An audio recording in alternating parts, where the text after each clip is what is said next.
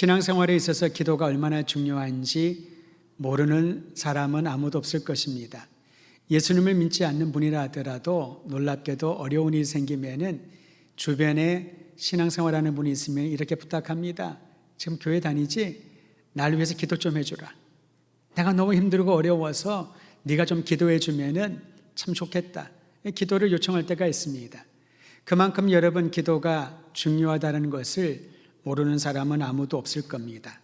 그렇다 보니 기도에 관한 책들이 지금까지 많이 출판되었고 앞으로도 많이 출판될 것입니다. 기도와 관련된 세미나들이 얼마나 많은지요. 몰라서 그것을 하는 것이 아니라 알고는 있지만은 더 깊은 기도의 생활을 할 수 있도록, 더 아름다운 기도의 영성에 들어갈 수 있도록 훈련시키기 위함이 아닐까 싶습니다. 여러 가지 자료들을 볼 때 기도에 대한 다양한 이야기를 할 수 있겠습니다만은 가장 보편적인 설명을 종합해 보면은 그 중에 한 3가지 정도만 요약을 해서 여러분에게 소개하려고 합니다. 첫 번째, 기도는 하나님과의 대화이다. 많이들 들어보셨지요? 소통하지 못하는 관계처럼 답답한 적은 없을 것입니다. 여러분, 의외로 자녀들이 부모님 때문에 답답할 때가 많다고 합니다. 왜냐하면 자녀들의 마음을 부모가 알지 못하기 때문에 일방적으로 부모의 얘기만 하다 보니 자녀가 아무리 설명하고 싶어도 표현이 또 따르고요. 감히 부모의 권위 앞에서 아이가 말하기에는 한계를 느끼니까 그냥 애들이 말문을 닫아버립니다. 그것을 수긍해서가 아니라 소통이 안 된다는 거지요. 대화가 안 된다는 겁니다. 최근에 어떤 가정에서 고3짜리 친구가 있는데요.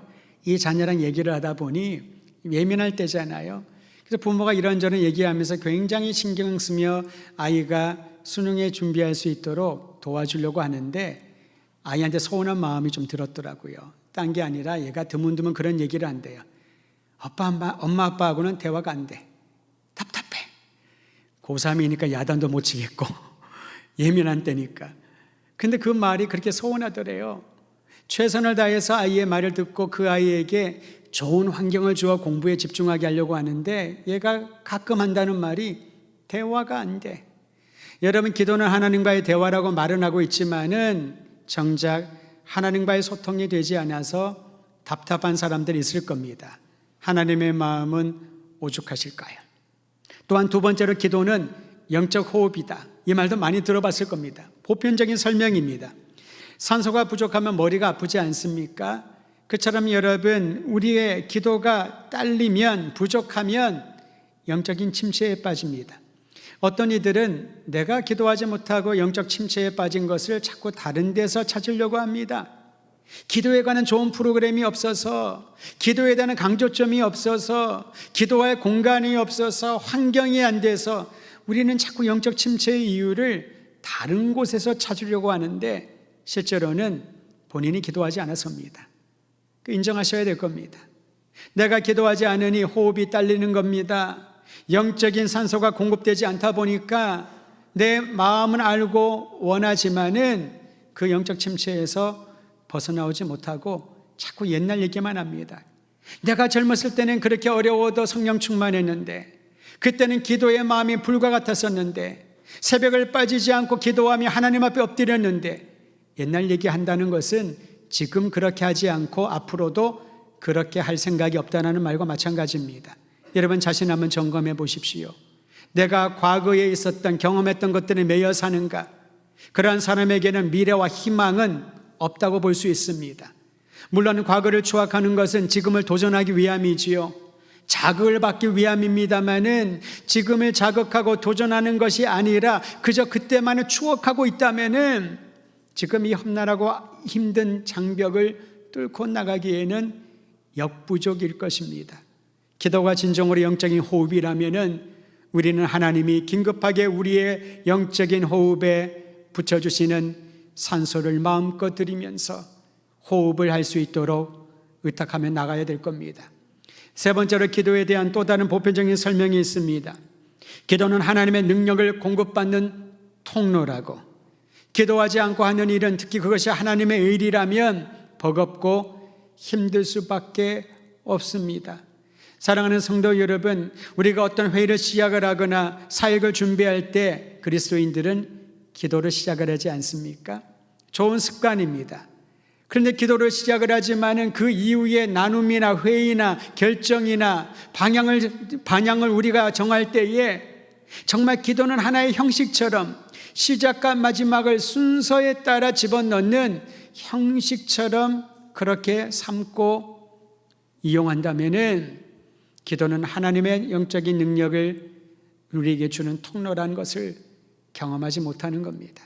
저는 우리 더드림의 성도들이 가장 보편적인 기도는 하나님과의 대화이요 영적인 호흡이요 하나님의 능력을 수반하는 통로라는 것을 알고 가르치는 것에 그치지 말고 진정으로 하나님과 대화하고 하나님과 편안하게 호흡하고 그리고 주님의 능력을 받아서 불가능을 가능케 하시는 주님의 거룩한 역사, 기도에 힘쓰는 한 사람 한 사람 교회가 되기를 주님의 이름으로 축원하며 도전하는 것입니다. 오늘 그러한 마음으로 이 아침에 기도에 대해서 함께 살펴보려고 합니다. 방금 나눈 것처럼 기도는 하나님께 나아가는 중요한 길이다라는 사실을 모두가 알고 있습니다. 여러분 예배 드리러 오면 먼저 기도하시지요. 어떤 기도하십니까? 저를 찾아와서 목양실 오시는 분들 보면은 다른 아니지만은 와서 오셨어요? 앉으셔요? 그러면은 저와 대화하기 전에 기도를 합니다. 어떤 분은 한참 동안 기도를 합니다. 어떤 기도인지 저는 알 수 없지만은 아마 이런 기도가 아닐까 추측이 됩니다. 오늘 목사와 함께 나누는 대화 가운데 하나님의 뜻을 알게 하소서. 또한 이 만남 가운데 주님 축복하소서. 저를 위하여 기도하고 또한 이 만남과 교제를 위하여 나눔을 위하여 기도하지 않을까 싶습니다. 저도 어릴 적에 저희 아버지께서 저를 어디 갈 때마다 많이 데리고 다니셨습니다. 운동하러 갈 때도 저를 데리고 가고 특히 그때는 아버지가 장로님이 아니셨는데도 사람들을 많이 신방하고 방문을 했습니다. 자발적인 방문이지요. 제가 목회자의 마음을 가지고 꿈을 품고 있어서 그런지 저를 꼭 데리고 다니셨는데요. 옛날에 집집마다 형편이 별로 좋지 않았잖아요. 특히 그런 분들을 많이 찾아가셨습니다. 그런데 어느 집에 갔더니 아직도 기억이 생생합니다. 그 집에서 손님이 왔으니 또 교회에서 집사님이 신방 왔으니 음료를 내놓는데요. 그냥 달랑 물 한 잔. 어려운 집이었습니다. 대부분이 그러했고요. 근데 그 집에 나와서 그 찬물을 놓고 간절히 기도하는 아버지의 모습이 아직도 생생합니다. 어렵기 때문에 이해가 안 됐습니다. 음식을 차려놓은 것도 아니고 식사 대접하는 것도 아닌데 뭘 저렇게 기도를 하시나. 그런데 말은 하지 않는 기도였지만은 그 무음의 기도의 모습에서 간절함과 그걸 느낄 수 있었는데요. 나중에 성장하여 제가 무엇을 기도했는지 알게 되었습니다. 그 가정을 위하여 복을 비는 기도였습니다. 그 가정에 하나님이 함께해 주시고 위로해 주시기를 갈망하는 기도였던 것이지요. 저에게 큰 도전을 줍니다. 이처럼 여러분 기도는 참으로 중요한 것을 알고 그 기도가 삶이 되기를 원하고 있지 않습니까? 그리고 실제로 역사를 경험합니다. 근데 문제는 그렇게 중요한 것을 알면서도 기도하기가 제일 힘들고 어렵다라는 것이지요. 솔직히 그렇지 않습니까? 기도하기 쉽지 않잖아요. 어려우시지요. 안 그런 것처럼 지금 표정 간수를 하더라도 알 수가 없습니다. 그러나 우리는 압니다. 기도하기가 가장 어렵다.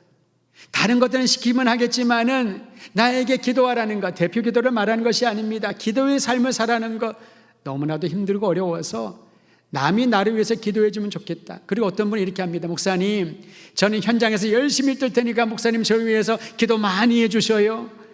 본인은 안 하겠다는 거지요. 이해가 됩니다. 힘드니까, 어려우니까. 중요한 건 알지만 힘들다고 안 하고 우리가 멈춰버린다면은 하나님과의 대화는 단절될 것이고 영적인 호흡을 멈출 것이고 죽어갈 것이고 하나님의 능력을 경험하지 못한 채 하루하루 한 해 한 해를 지나며 시간을 허비하게 될 것입니다. 사랑하는 성도 여러분, 오늘 성경은 우리에게 기도에 힘쓰라라고 강력하게 도전합니다. 오늘 본문인 골로새서 4장 2절 말씀 같이 한번 읽도록 하죠. 2절입니다. 시작. 기도를 계속하고 기도에 감사함으로 깨어 있으라. 여러분, 기도를 계속하라 이 말은 다른 말로 말하면 기도에 전념하라 라는 명령입니다.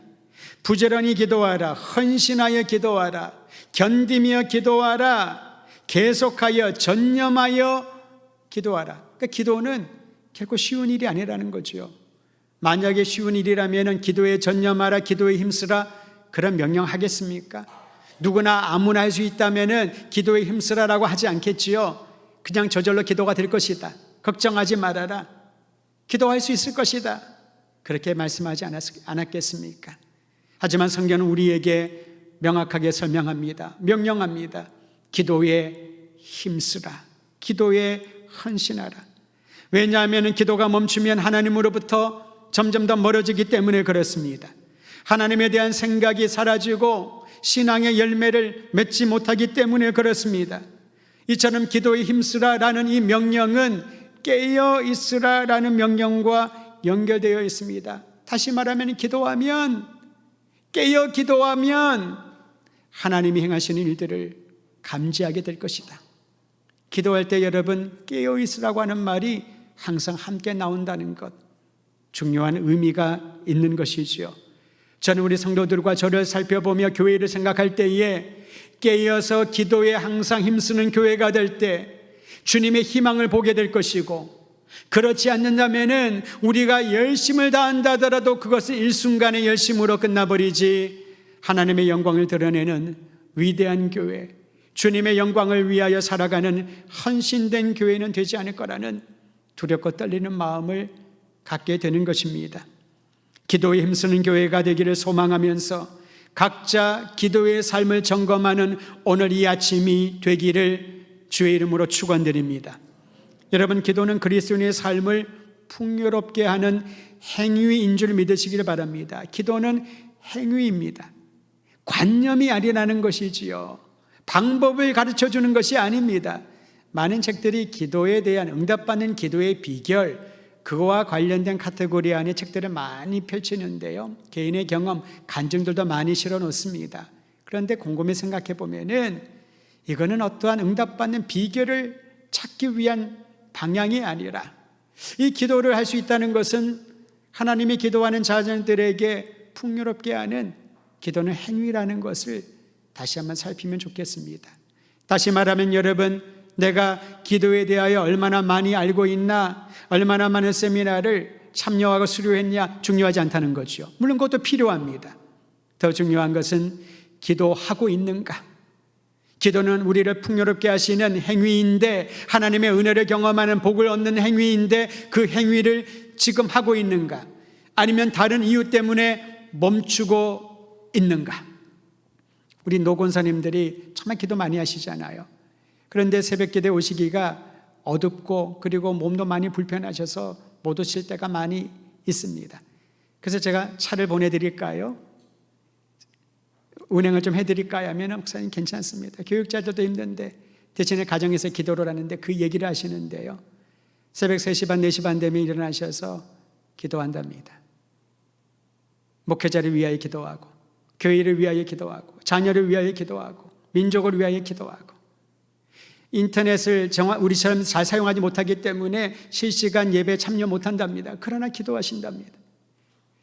저는 바로 우리 교회가 지금도 하나님의 은혜를 경험할 수 있는 동력과 근거는 그 기도이죠. 근데 제 마음 가운데 걱정이 생겼습니다. 때가 되면 하나님이 부르시면은 천국에 입성하실 건데, 그 기도의 영역을 누가 감당할 수 있을까? 내가 해야지, 우리가 해야지, 우리의 자녀들이 해야지. 이 기도가 하나님이 우리를 풍요롭게 하시는 축복의 통로인데, 이것을 지속적으로 할 수 있도록 도전하고 또 도전하고, 하지 않는다면 강제로 끌고 와서라도 이 은혜를 경험하게 해야 되지 않을까라는 그런 마음이 드문드문 드는 것입니다. 사랑하는 성도 여러분, 기도한다는 이 말을 다른 말로 표현하면 살아계신 하나님의 주권을 인정한다는 증거입니다. 인류를 주관하시고 나의 삶을 다스리시는 하나님을 의지한다라는 믿음의 징표이지요. 그러므로 하나님을 신뢰하고 의지하는 사람의 기도는 어떠한지 저는 크게 3가지 부분들을 함께 적용하고 살펴보려고 합니다. 첫째, 기도는 영적 시야를 밝혀 하나님의 뜻을 깨닫게 하는 행위입니다. 하나님의 뜻을 깨닫게 하는 것이지요. 여러분, 신앙생활하면서 최대 관심사가 어디에 있으세요? 저의 최대 관심사는 하나님의 뜻이 어디에 있을까? 하나님이 무엇을 기뻐하실까? 이게 우리들의 신앙 관심사 아니겠습니까? 하나님의 뜻을 알면은 순종할 겁니다. 우리가 순종하지 못하는 이유는 하나님의 뜻이 보이지 않고 알지 못해서, 하나님이 침묵하셔서 우리는 순종하지 못한다고 그렇게 변명하고 설명할 때가 얼마나 많이 있습니까? 여러분, 그렇지 않나요? 하나님의 뜻을 내가 밝히 안다면은 그 뜻을 순종하지 않을 사람이 얼마나 될까요? 주님의 은혜를 경험했다면 말이지요. 그런데 문제는요, 하나님의 뜻을 알지 못할 때가 참 많이 있다는 거죠. 10년을 기도하고 집중 기도를 하더라도 하나님의 뜻이 분명치 않아가지고 혼돈에 빠진 사람들 얼마나 많이 있습니까? 그런데 여러분, 기도하는 사람은요, 때로는 하나님의 뜻을 정확하게 알지 못하는 것처럼 느껴져도 주님의 뜻이 어디 있는지를 감지할 수 있는 영적인 능력이 축적된다는 사실이죠. 우리가 친한 사람 있지 않습니까?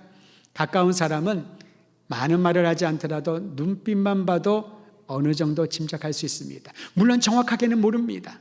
정확하게는 모릅니다.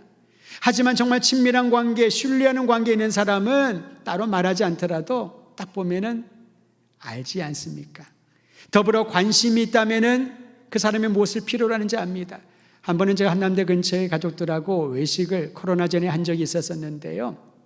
고깃집이었습니다. 근데 고깃집에 가면은 필요한 게 많아요. 그 집에는 또 무한 리필 고깃집이래요. 지금도 있는지는 모르겠습니다. 그냥 먹고 가서 얘기를 해야 됩니다. 고기를 더 주세요. 야채를 더 주세요. 뭐 쌈장을 더 주세요. 마늘을 주세요. 얘기를 해야 되는데 그게 번거로운 일이잖아요. 근데 제가 놀라운 경험을 했습니다. 거기에 주인 같은 분이 계시는데 굉장히 우락부락하게 생긴 분이에요. 외모로 봤을 때는 아주 좀 둔감해 보이는 분인데 거기에 계시더라고요. 주인님이 틀림없는 것 같아요. 그런데 제가 먹다가 고기가 부족해서 딱 고기를 돌렸더니 처음 만난 분인데 주인이랑 눈이 마주쳤습니다. 그분이 저한테 찾아와요. 고기 필요하시죠? 깜짝 놀랐습니다. 또 눈이 마주쳤습니다. 상추가 필요하시죠? 갖다 주는 거예요. 두 번째 놀랐습니다. 밥 먹는 내내 1시간 내내 계속 놀라면서 이분이 어떻게 알까? 저뿐만 아니라 그 모든 테이블을 주목하고 있는 것이지요. 고기가 떨어질 때 되니까 눈을 마주치니 고기가 필요하시죠? 아닐 수도 있을 거예요. 그런데 그분에게서 제가 배운 게 있습니다. 목양은 저렇게 해야 되는 거구나. 신앙생활은 저렇게 해야 되는구나. 목동은 저렇게 돌봐야 되는구나. 나의 능력이나 어떤 말을 하지 않더라도 저들에게 관심을 가지고 내가 저 손님에게 필요한 것들을 공급해 줘야 되겠다라고 하는 그런 생각을 가진 것 같습니다. 잊지 못하겠습니다. 물론 그대로 제가 또 가진 않았습니다만은 그래서 그분이 생각이 납니다. 어떻게 저렇게 내 필요를 잘 알 수 있을까? 여러분, 기도한다는 것은 우리가 명확하게 정확하게 하나님이 이렇게 해야 돼 라는 말을 듣지 못했을지라도 그분의 마음을 알아가는 겁니다. 그분의 생각을 알아가게 되는 것이지요. 그러한 능력과 감지력을 갖게 되는 것이 기도하는 행위인 줄을 알고 주님 앞에 무릎 꿇고 나아가 우리에게 말씀하시고 우리를 주목하시는 하나님의 손길 경험하게 되시기를 바랍니다. 두 번째로, 기도는 하나님이 행하신 일에 대한 감사의 행위입니다. 우리를 구원하신 하나님의 은혜에 대한 감사입니다. 원수들과 대적들의 공격을 막아주시고 생명을 보존해 주신 하나님의 능력에 대한 감사가 기도입니다. 흉악한 죄로 인하여 죽을 수밖에 없는 나를 살리기 위하여 예수님을 내어주신, 독생자를 보내주신 그 사랑에 대한 감사입니다. 오늘 이 시간 하나님께 영과 진리로 예배 드릴 수 있게 하신 것에 대한 감사가 바로 기도라는 것이지요. 그러므로 감사는 구원의 은총으로 변화된 새 사람의 특성입니다. 가장 큰 특징이지요. 감사는 하나님이 행하신 일을 찬양합니다. 하나님의 약속을 기대하는 소망을 가진 이들이 할 수 있는 감사인 거지요. 고백입니다. 어느 순간에 내 입에서 감사는 사라지고 불평과 비판과 비방과 공격과 험담만이 가득한다면은 그 사람은 백이면 백 기도하지 않은 겁니다. 기도는 하는 것처럼 보이지만 진정한 기도의 능력 안에 들어가지 못하는 것이지요. 하나님에 대한 감사가 사라지면 기도의 동력이 사라집니다. 그래서 기도하지 못하는 겁니다. 성도 여러분, 내가 바빠서, 몸이 아파서 다른 것 때문에 기도하지 못한다라고 말하지 않기를 바랍니다. 그는 누가 봐도 변명입니다. 내 마음에, 내 삶에 기도의 동력이 끊어진 거지요. 그래서 이 기도의 동력을 다시 한번 하나님의 은혜로 일으킬 수 있도록 감사로 출발하기 바랍니다. 감사가 없는 기도는 하나님과 아무 관계가 없는 인생과 같습니다. 여러분, 옥중에 갇혀있던 바울이 빌립보 교회에 편지를 보내면서 이런 말을 하지 않습니까? 빌립보서 4장 6절, 모든 일에 기도와 간구로 너희 구할 것을 감사함으로 하나님께 아뢰라. 상황은 최악이었습니다. 감옥에 갇혀 있지요. 그런데 교회에 대해 들려오는 소식을 보니 좋은 소식도 있지만은 교인들끼리 다투더라, 싸우더라, 별거 아닌 것 가지고 등지더라, 교회를 떠났더라, 세상으로 돌아갔더라, 별의별 얘기를 들으면서 갇혀있는 바울의 마음은, 사도의 마음은 얼마나 고통스러웠을까요? 하지만 그는 확신을 가졌습니다. 교회여, 사랑하는 성도들이여, 모든 일에, 그 일이 어떤 일이든 모든 일에 기도와 간구로 너희 구할 것을 하나님께 아뢰라. 감사함으로. 감사할 상황이 아니어도, 감사할 일들이 없어도 감사하는 행위로 하나님께 기도할 때 그 모든 일에 기도와 간구를 들으시고 반드시 응답하시는 하나님을 믿으라. 이게 바로 교회를 향한 도전인 겁니다. 할 게 없어서, 다 해도 안 돼서 기도하는 것, 그건 기도에 대한 생각을 잘못 갖고 있는 것이지요. 세 번째로, 기도는 사랑의 행위입니다. 어떤 사람과 거리낌이 있으면은 눈을 마주치지 않습니다. 여러분 다 아시잖아요. 어떤 사람이 다가가는데 그분이 눈을 마주치지 않고 딴 데 보고 얘기를 하거나 자꾸 피하려고 하면은 거리끼는 것이 있다라는 거지요. 저와 여러분은 거리낌이 하나도 없는 것 같습니다. 말씀을 전하는데 다 이렇게 주목을 하시네요. 그런데 그런 일들이 일상에서 얼마나 자주 일어납니까? 할 말이 없습니다. 불편한 거지요. 밥 같이 먹자 그러면은 모든 변명에서 안 먹으려고 합니다. 불편하니까. 차 한잔 마시는 것도 불편할 수 있잖아요. 반면에 사랑하는 사람은 어떻습니까? 할 말이 뭐가 그리 많은지 1시간, 2시간, 3시간도 부족합니다. 차 한잔 마시면서 별의별 얘기를 다 하는데 지치지 않고 힘이 나잖아요. 원인은 사랑하기 때문에. 여러분 연애할 때 기억나시나요? 연애하는데 그 사람하고 있는 1시간이 1000년처럼 느껴진다면 그 관계에 문제 있는 거지요. 관계에 문제가 있는 것이지요. 교회 예배를 드리며 설교를 드리면서 30-40분 설교를 하는데 5분처럼 느껴진다? 그것과 5분 설교를 했는데 계속 와서 목사님 설교 좀 짧게 해주세요. 5분보다 짧게 어떻게 하나요? 3분 하면 되잖아요. 말은 맞습니다. 할 말만 하면 되잖아요. 말은 맞습니다. 근데 그거는 시간의 문제가 아니지요. 관계의 문제입니다. 사랑하는 사람과 함께 있다면 시간이 카운팅 되지 않습니다. 왜 우리가 기도하는데 5분도 기도하기 어렵나요? 하나님께 할 말이 없으니까. 할 말이 없는데 어거지로 5분, 10분 인내하려고 하니까 그 기도의 시간이 너무 힘든 거지요. 반면에 기도는 사랑의 행위라는 것을 우리가 삶에 적용하고 나아간다면 주님을 사랑하는 만큼 그 사랑의 시간은 우리의 물리적인 시간을 뛰어넘어서 주님과 함께 있고 싶은 마음으로 변화될 것입니다. 헨리 나우인이라고 하는 영성가는 인생에 꼭 필요한 것이 무엇인가 라고 질문을 하면서 스스로 이렇게 답변을 합니다. 인생에 가장 필요한 것은 기도라고. 그리고 이 기도는 하나님을 향한 갈망하는 마음이라고 부연 설명합니다. 기도는 어떤 종교적인 형태나 의식이 아니라 이 기도를 해야 된다. 기도는 사랑의 행위요, 감사의 행위요. 기도는 하나님께 온전히 나아가는 새로운 삶의 행위라고 말을 할 때에 이 기도는 하나님을 향한 갈망하는 마음이라는 거지요. 시편 기자가 고백했던 것처럼 목마른 사슴이 신의 문을 찾아 갈망하듯이 내 영혼이 하나님을 갈망하나이다. 이 마음을 가져야 기도할 수 있고 그 기도의 주의 능력을 보게 된다는 겁니다. 여러분, 더 놀라운 것은 내가 하나님을 먼저 갈망한 것이 아니라 하나님이 나를 찾아 구원하기 위하여 갈망하셨다는 것이지요. 내가 하나님을 먼저 사랑하고 열정적으로 사랑한 줄 알았는데, 내가 하나님께 전심으로 사랑했기에 나에게 복 준 줄 알았는데 그게 아니었다는 것을 깨달아야 되는 겁니다. 하나님이 나를 먼저 사랑하시고 하나님이 나를 귀히 여기시고 먼지처럼 흙처럼 아무것도 아닌 나를 사람들이 뭐라 하더라도 하나님의 평가는 참 아름답구나. 내가 너를 사랑한다. 내가 너를 귀히 여긴다 라고 말씀하신 거지요. 하나님의 갈망이 우리로 하여금 하나님을 갈망할 수 있는 사랑의 마음을 더하여 주신 겁니다. 우리는 이 아침에 예배를 드리면서 그러한 마음이 없다면은 우리를 간절히 사랑하고 귀히 여기시는 하나님의 사랑 안으로 들어가시길 바랍니다. 그래야면 주를 향한 갈망이 불같이 일어나서 주님 앞에 엎드리지 않고는 견디지 못하는 그런 열정이 일어나 기도하는 교회, 기도에 힘쓰는 공동체가 되게 될 것입니다. 그런 마음으로 기도하시길 바랍니다. 그런데 여러분, 기도는 지속적인 훈련이 필요합니다. 지속적인 훈련이 필요합니다.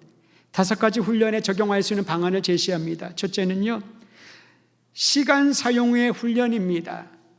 현대는 여러분 시간을 어떻게 효율적으로 사용할까, 그걸 중시하죠. 근데 기도의 훈련에서는요, 시간 사용의 효율성이 아니라 우선권입니다.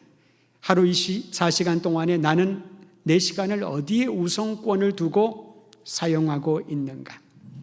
만약에 어떤 사람이 음식을 가지고 오는데 그 음식을 주면서 이렇게 얘기한다면 여러분 어떤 기분이겠습니까? 내가 친구들과 함께 먹고 우리가 모임이 있어가지고 음식을 먹고 남아서 이 남은 거 당신 생각해서 주는 거예요. 그러면 고마워하시겠습니까? 남은 찌꺼기를 나한테 주다니 기분 나빠할 겁니다. 저도 그런 경험들이 여러 번 있습니다. 음식을 주면서 이거 우리가 모임이 있는데 모임 끝나고 나니까 남아서 목사님 생각해서 드려요. 제가 웃으면서 고맙습니다 하지만 기분이 그리 썩 좋지는 않습니다. 반대로 제가 이 음식을 보는 순간 형제가 자매가 생각이 나서 먹기 전에 따로 제가 이거를 구별해 놓고 모임이 끝난 다음에 가지고 왔어요. 감동이 되지요.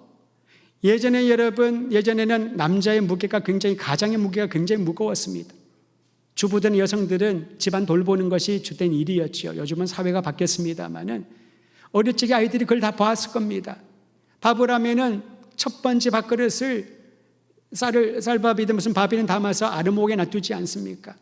그리고 일을 하고 아버지가 남편이 돌아오면은 그 밥을 상을 차려서 수고했다라고, 고생했다라고 상을 차려줍니다. 아이들이 그걸 보면서 배우는 거지요.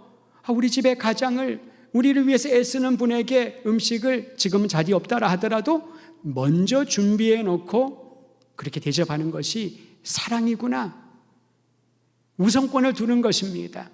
그런데 만약에 땀 흘려 10시간 일하고 땀 범벅이 되어서 피곤해서 왔는데 집에서 기다리는 사람들은 인사도 딱 보더니만 배고파? 냉장고에 찬밥 있어. 알아서 차려 먹든지 말든지. 그럼 얼마나 마음에 상처가 될까요? 기도도 마찬가지입니다. 내 짜투리 시간을 드리는 것이 아니라 삶의 우선권을 가지고 하나님께 드리는 겁니다. 30분을 구별하고 1시간을 구별하고 그것이 1시간 이상이 되고 나아가서 24시간 기도의 삶이 되게 하는 훈련, 시간의 우선권을 하나님께 드리는 것. 하나님은 제발 기도해라. 제발 기도해라. 너희를 복주기를 원하는데 제발 기도해라. 그렇게 간청하는 분이 아니라는 거지요. 우리가 풍요로운 삶을 살 수 있도록 시간의 우선권을 드리는 훈련을 해야 됩니다. 두 번째 훈련은요, 자기 절제입니다. 일상에서 절제처럼 힘든 건 어렵죠. 먹는 것도 절제하기가 힘들고요. 굉장히 고통스럽지 않습니까? 그런데 영적인 성장을 위해서는 절제 훈련이 필요합니다. 핸드폰을 끌 수 있는 절제 훈련, 잡다한 생각을 멈추는 훈련. 오죽하면 현대인들이 잡다한 생각을 많이 하고 시간을 허비하면은 멍 때리기 대회라는 게 생겼을까요? 멍 때리기 대회 아십니까? 아무도 생각하지 멍하게 있는 대회. 누가 멍 때리고 오래 있나? 상을 줍니다. 생각에 휘잡혀서 밤잠을 자지 못합니다. 이런저런 생각으로, 잡다한 생각으로 절제하지 못하게 되지요. 사순절이 되면 어느 교회에서는 미디어 금식 그런 것도 합니다. 우리에게 미디어는 참으로 생활에 편리한 도구이지만은 거기에 빠져 있다 보니까 기도하지 못하고 하나님 생각하지 않으니까 절제하다는 겁니다. 무절제가 삶을 지배하기 시작을 하면 중독에 빠집니다. 어느 하나에 빠져서 헤어나오지 못하게 되지요. 그러므로 우리는 내가 모든 영역에서 절제를 하고 있는가? 하나님께 나가 기도하고 시간의 우선권을 드리는데 절제하지 못하는 친구들이 너무 많다면 그것도 절제할 수 있어야 됩니다. 절제 훈련이 필요합니다. 세 번째로 매 순간 하나님의 임재를 경험하기를 연습해야 됩니다. 기도는 일상에서 하나님이 함께 하심을 경험하는 훈련이지요. 네 번째로 간절한 마음으로 기도해야 됩니다. 여러분 기도할 때 간절하게 기도한 적이 있죠. 근데 우리의 문제는 그 간절함이 지속적이지 않는다는 거죠. 그 기도가 응답되면은 멈춰버립니다. 그리고 끊어버립니다. 전국의 교회에서 가장 간절한 기도가 모이는 때가 10월에서 11월이랍니다. 수능이 앞두고 있거든요. 12월까지 기도의 간절함 지속됩니다. 신년의 아이들 취업을 위해서. 봄이 돼도 기도하는 분들이 있답니다. 자녀들이 결혼을 위해서. 그것이 끝나면은 간절함은 동시에 멈춰버린다는 거지요. 예수님은 산상수훈에서 구하고 찾고 두드리는 자에게 하나님 응답하신다 간절한 기도를 요청하고 있습니다. 돌아가신 옥하는 목사님이 이런 얘기를 남긴 걸 보았습니다. 기도에 관련된 내용인데요. 기도는 당면한 절박한 현실적인 문제들을 하나님 앞에 놓고 실험하는 것이라고. 여러분 씨름해 본 적이 있습니까? 저는 이 체구에 상관이 없이 씨름을 정말 좋아하고 잘했었습니다. 왜냐하면 묘미가 있어요. 그런데 이 씨름의 기술을 배우기 전에 한 가지 원칙은 온 힘을 쏟아서 한 판을 끝내야 됩니다. 3번의 기회가 있지만 첫 판이 정말 중요하거든요. 온 힘을 쏟습니다. 이게 바로 기도라는 거지요. 예수님께서 땀이 핏방울 되는 것처럼 겟세마네 기도하셨던 것처럼 우리는 그런 마음으로 간절히 기도해야 됩니다. 자녀들을 위하여, 교회의 부흥을 위하여, 나라와 민족과 온 세계의 평안과 열방의 선교를 위하여 끊임없이 우리 교회가 그런 기도를 하고 있는가? 지금 말입니다.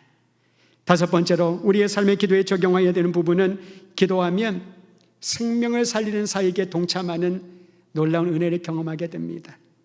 바울은 그리스도의 비밀을 전하는 문을 열어달라고 기도 요청을 했습니다. 그렇습니다. 여러분, 우리가 중보의 기도를 하고 내가 기도하는 그 과정 가운데서 영혼을 사랑하는 마음을 하나님이 주십니다. 기도의 문을 통하여서 복음의 문이 열리게 된다는 것이지요. 부흥은 사람의 능력이나 노력에 달려있지 않습니다. 오직 하나님께서 행하시는 일입니다. 제가 1부에서도 그런 얘기를 했습니다만은 우리 2부에 동일하게 얘기를 합니다. 하나님 이 빈자리를 채워주십시오. 그런 기도 안 했으면 좋겠습니다. 그런 기도 안 했으면 좋겠습니다. 기도의 내용을 바꿔야 되지요. 하나님 복음의 문을 열어주시옵소서. 나로 하여금 기도하게 하소서. 기도 가운데 영혼을 사랑하는 마음을 부어주시옵소서. 내가 그 마음을 갖고 있지 않나이다. 그래 한 사람이 한 사람을 또 열을 100을 그리고 해외 선교에 동참하지 않겠습니까? 우리의 기도의 영역과 내용을 달리해야 될 것입니다.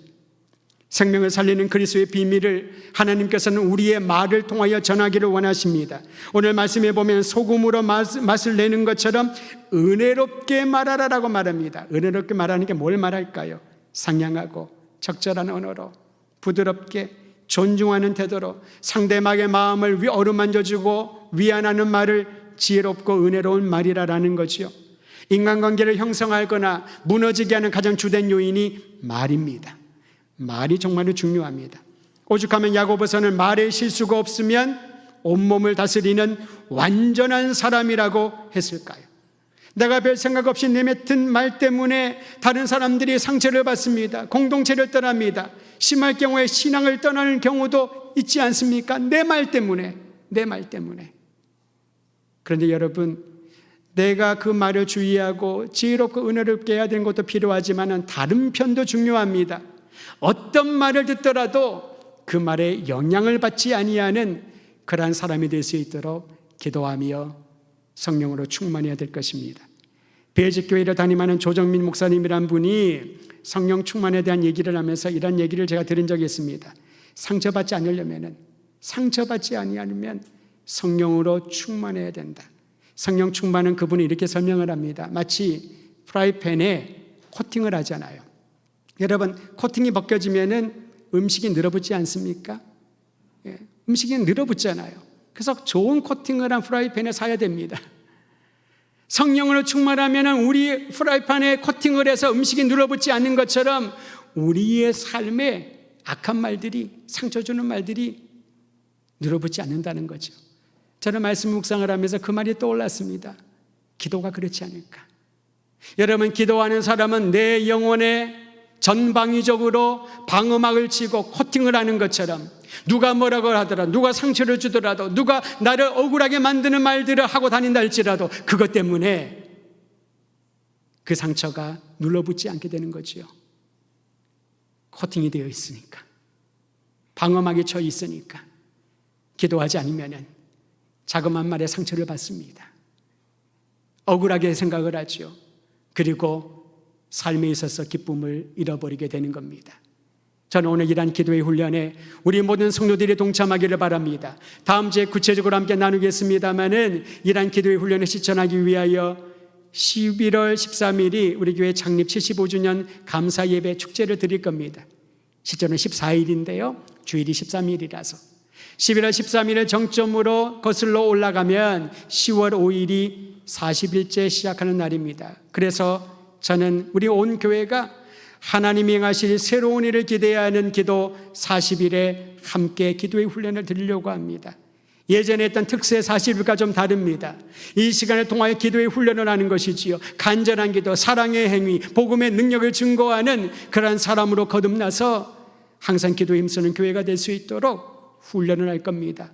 이를 위하여 앞으로 열흘 동안 10월 5일 전까지 워밍업을 하셔야 되는 겁니다. 여러분, 오늘 제목을 기도에 힘쓰는 교회라고 하지 않았습니까? 기도는 교회 공동체의 책임인 것입니다. 특히 직분자들에게는 책임인 것입니다.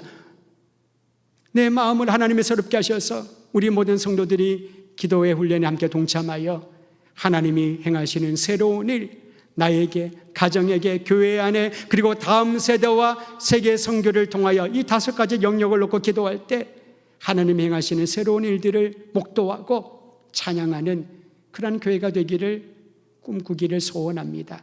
이 기도의 훈련에 모두 동참하시기를 주의 이름으로 축원드립니다.